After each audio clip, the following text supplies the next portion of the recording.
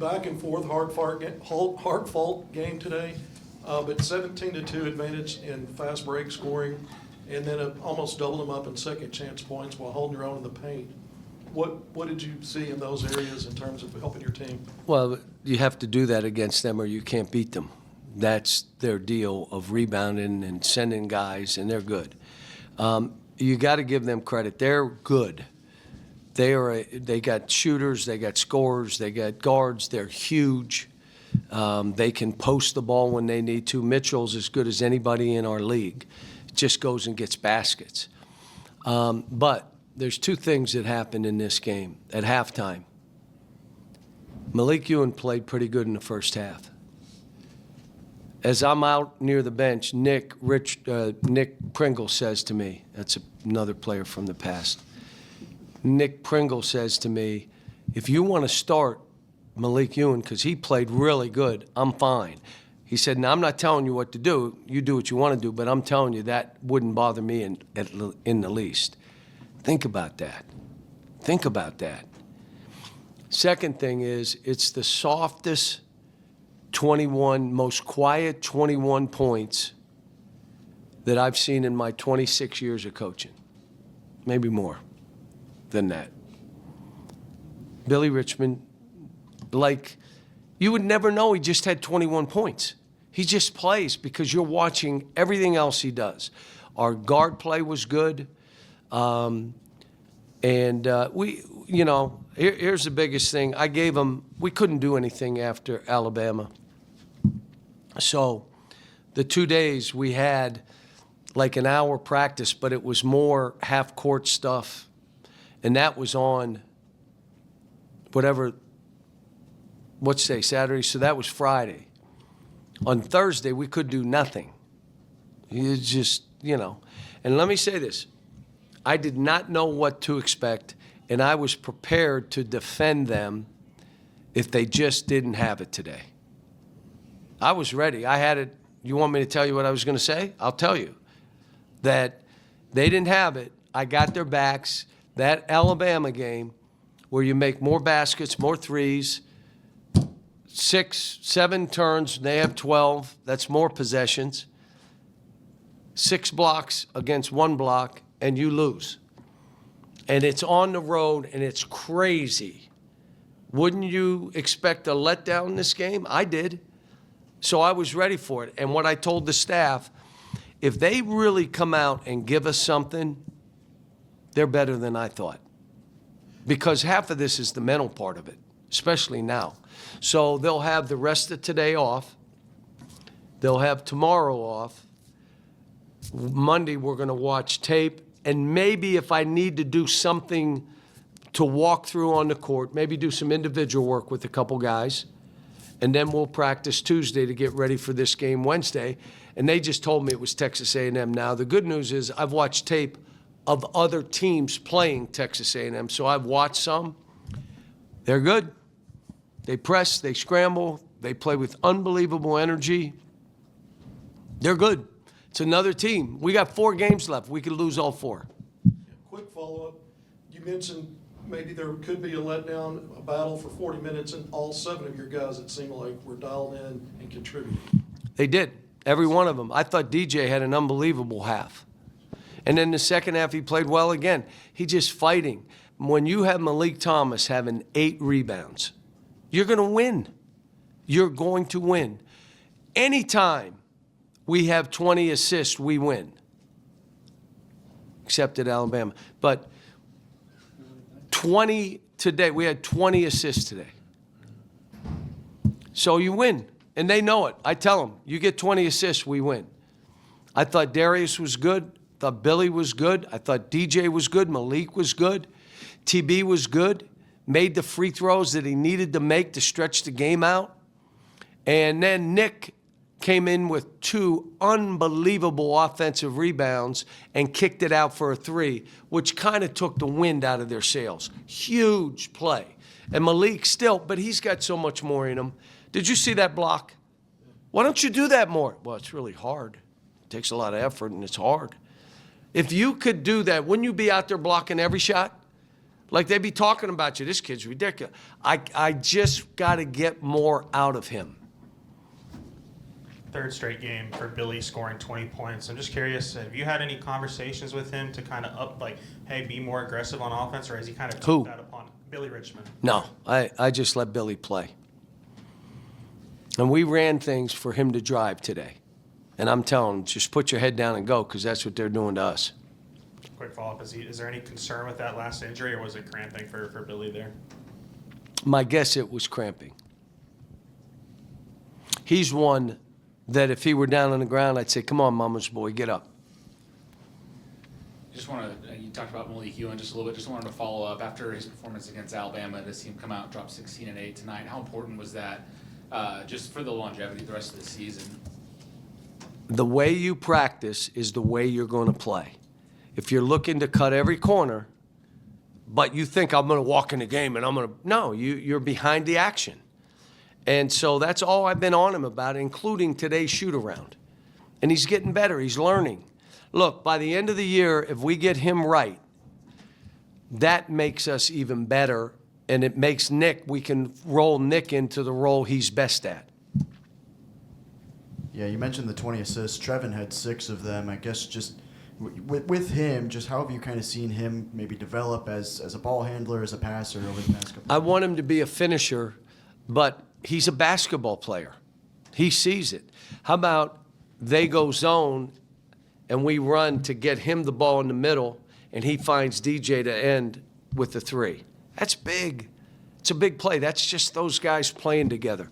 They got a good feel for each other right now.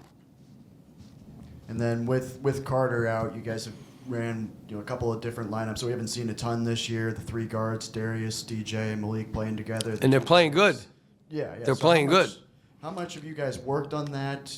I guess before Carter went out. Yeah, How we much- had it. We played them 3 guards at times because, you're trying to – we don't need to worry about minutes now. But you're trying to say, how do we do this? Because you couldn't take minutes away from Billy. And really, you're trying to get Carter to get going. So now you're saying, all right, then the other way of doing it is playing 3 guards, which we did. And DJ's one of those, what I keep saying, he and Billy are probably our best drivers. Like, drive it. And then the staff saying, because he took the 3 that I was like, you had an opportunity when you caught it to go drive in there. And then he passed it, and then he shot a 3. I'm like, just drive it. But Tyler Euler said, Coach, he's wide open. Just tell him to shoot it. And I did. Billy making 2 threes. All I've been telling Billy, could you imagine if you make a 3 or 2, how do they play you? What do they do now? And so he's in practice making, in 5 minutes, 60, 65 shots. And then get in the game and miss them all. Now you're saying you're worried about the result instead of just stay in the process. Stay in, so you're not thinking, I got to make that. Then you're not making it. I know I've taken 5,000 of these shots. I'm just taking another one. So he was good. He's good. I played him at 4. I could play him at point. I could play, he's like a Swiss knife. I mean, you just wherever you want to do with it. He's a good player. Cal, another single turnover game. How are you guys able to play with such pace and have so few turnovers each and every game? You got good players who are skilled players. They're basketball players. They're not shooters and athletes, and they're basketball players, every one of them. And that's, Larry Brown loved 2 guys on this team. He loved Billy Richmond, but he also loved Malik Thomas. Now, what that means to me is he ain't about just shooting or making crazy plays. He wants to know you're a basketball player. And he's looking at those 2 and say, they are really, I'm like, wow. And now the other guy he liked, Malik Sealy. He said he went in, didn't try to shoot shots. He just did what he had to do. You think about it. This is a Hall of Fame coach, maybe one of the greatest, if not the greatest, to ever do this, what we do. And he's loving on 3 of our guys. You mentioned Malik Thomas. He had 6 threes against Alabama, 2 of 3 tonight. I know he was struggling from the three-point line for a couple games. How nice is it to see him get Who are you talking about? Malik Thomas? If you asked him, he would not even know he struggled. You talk about amnesia? This kid has amnesia. All he knows is, I know how good I am. You're not going to convince me of anything. Now, he does that drive he did and he made it. I just sat down and said, you see that? What are you going to say? But you know what? You couldn't tell him he couldn't make it. Down in Alabama, when he's dancing and shoots that 3, and I called the timeout before, he's like, are you crazy? To me. I said, no, I'm not crazy, but I'm going to run the play for you anyway. So now go, and he goes and gets 2. It ends up being all right, but yes. Coach, you talked about the kind of player that Mark Mitchell has been for Missouri all season.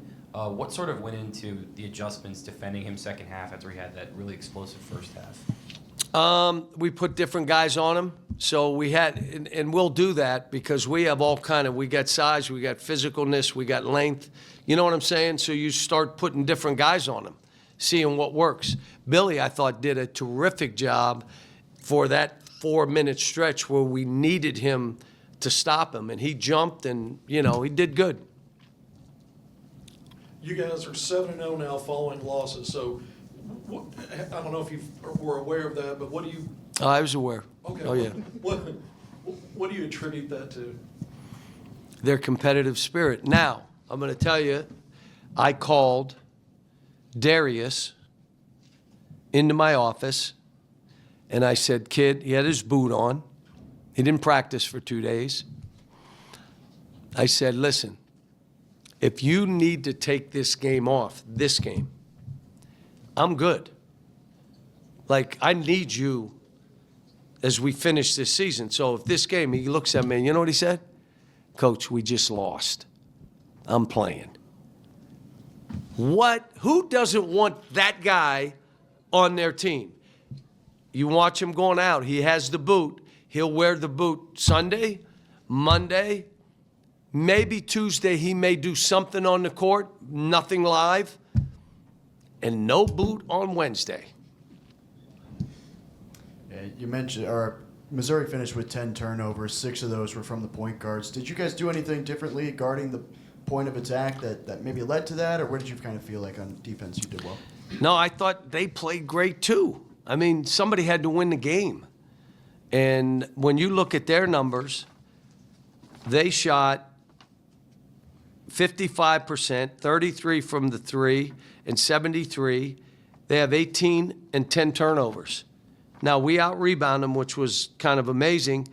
But, again, the free throws were real close. We shot 25, they shot 23.